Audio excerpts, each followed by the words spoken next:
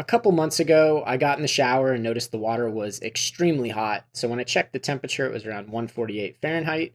Immediately, I suspected that my thermostat on the water heater had gone bad.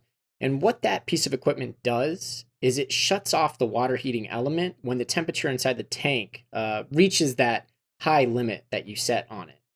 Mine was set for 130, and I mean, I was hitting temperatures of 148. I can't imagine what it was in the tank, especially since I have a tempering valve that mixes cold water with the hot water coming from the tank. Overall, it took me about 20 to 30 minutes to knock out this job, and this did fix the problem. So, yeah, throw any questions you have in the comment section and enjoy the video. Remember to like and subscribe.